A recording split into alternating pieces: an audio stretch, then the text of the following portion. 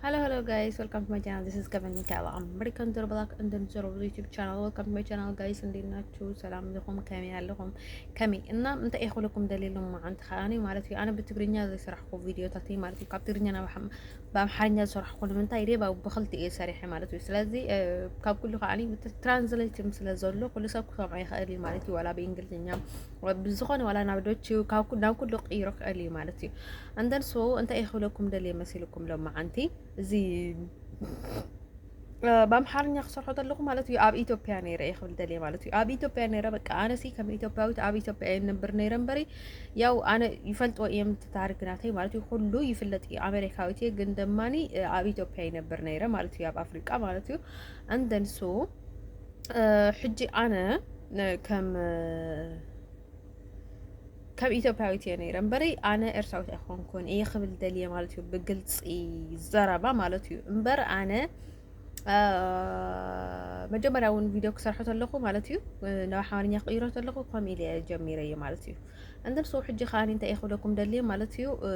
ስኻትኩም ከኣነ በቃ ሕጂ ትግርኛ ከምዚ ትግርኛ ከምዚ ትግርኛ ከምዚ ትግርኛ ከምዚ ስለ ዝበልክን ማለት እዩ ግዴታ ኣይኮነን ስትሮንግ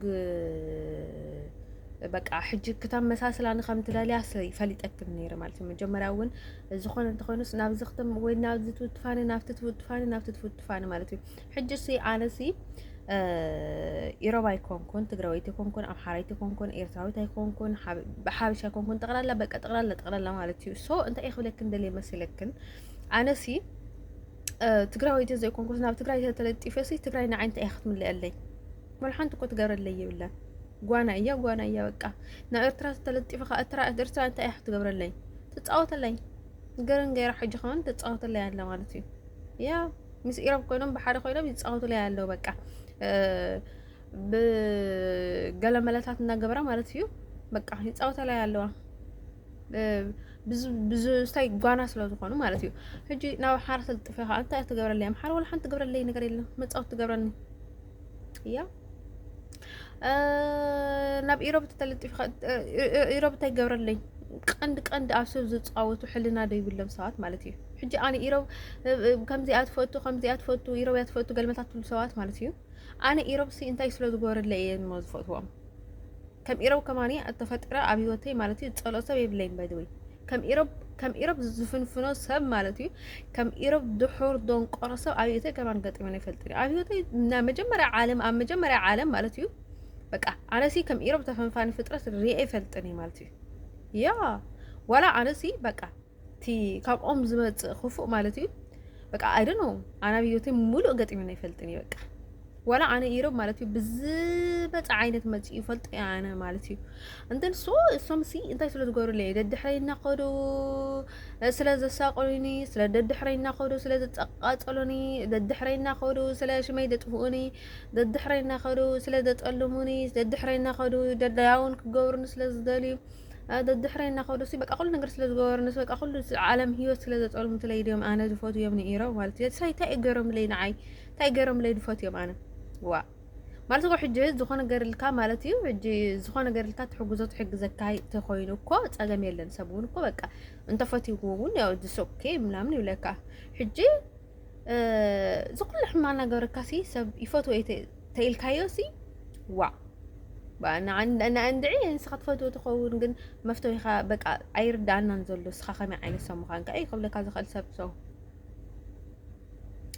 ስለዚ እስኻትክን ሆነሲ ብሕልፊ ዝገበረካ ናለይ ነገር የብልክን ማለት እዩ። ብሕልፊ ኮነሲ ወላሲ ብንእሽቶ ነገርን ከማኒ ዝተሓባበርክና ንኸማኒ የብልክንን ማለት እዩ። ኣነ ፅቡቅ ገይረ ነግረክን እየ ኣነ ኣይትበላ ስለዚ ነፍስኽን ምሰላ በቃ ነፍስኽን ኩና ኣነ ከዓ ሓገዝ የድልየንን እየ ቀኒየለይ ማዕራደታት እዩ በቃ ሓገዝክን ንባዕልኽን በቃ ንደቂ ዓድኽን ባዕልኽን ተሓጋገዛ ክንደይ ሽግር ኣለክን እኮ ሰብ ከተሸግራ ክትብላ እኮ ክንደይ ንፋስ ይኣትወክን ኣሎ ክንደይ በቃ ተዋረዳ ኣለኽን ኣሕዋትክን ይዋረዳ ኣለዋ ይሳቅ ኣለዋ ፍቆዶ ይድርብያ ኣለዋ እንዴ ቁርብ ኣእምሮ ይብልኩም እንዴ ሕልና ይብልኩም እንዴ በቃ ንነፍስኽን ምሳላ በቃ ነፍስኽን ኩና በቃ ننحد كنت حلالة كتفات وقدي كونن نعي تفاتي خنت تقلي خن أنا زقدسني كونن مخنياتو قال ጭንቀት አለን ብዙሕ ማለት እዩ ኣነ ኣብ መንጎ ኸና ይዓትኒ ብዙሕ ግዜ ነገረክኒ ኣነ ማለት እዩ ናይ ኣብናይ ኤርትራን ኢትዮጵያን ኢቭን ኣብ ናይ ዝኾነ ሰብሲ ኣብ ናይ ትግራይን ኤርትራን ይኹን ኣብ ናይ ዝኾነ ዓይነት መንገዲ ኣብ መንጎ ኸና ይዓትኒ ጉዳይ ኣይኮነን ጉዳይኩም ጉዳይ ኣይኮነን ስለዚ ጉዳይ ከዓ ጉዳይኩም ክኸውን የብልን ማለት እዩ ግን ከኣና ደው ከይትሰግራ ንናብዓይ ማለት እዩ ደው ዝሰገረ ነገራት ንዓይ ከይትብላኒ ኣይድልይንን እዩ ካብ ደውክን ከይትሰግራ ንናብዓይ ማለት እዩ ሶ ቋንቋ እንተኾነ ማለት እዩ ብኩሉ ዓይነት ቋንቋ ክዛረብ መሰል ኣለኒ ቋንቋ ሰብ ክተብላኒ ኣይትኽእላን ኸ ብናይ ባዕለይ ቪድዮ ብናይ ባዕለይ ይሰርሖ ዘለኹ ማለት እዩ ሕጂ ትግርኛ መሰዛረብኩ ትግርኛ ብሄረ ትግርኛ ምናምን ይልኩም ማለት እዩ በቃ ትግርኛ ኢዝ ስትሮንግ ምናምን ትሉ ማለት እዩ ኣነ ኣሜሪካዊት እየ ሰው ብዙሕ ሽግር ኣለኒ ምክንያቱ ንዓኸን ሽግረይ ተናግረክን ከማኒ ትላገፅ ኣለይ እምበር ትገብራለይ ነገር የብልክንን ግን ከኣኒ ብዙሕ ሰብ ክሪኦ ስለ ዝኽእል ማለት እዩ ኣነ ንብዙሕ ሰብ እየ ዝሰርሕ ዘለኹ ንውልቂ ኸናይ ኮንኮን ዝሰርሖ ዘለኹ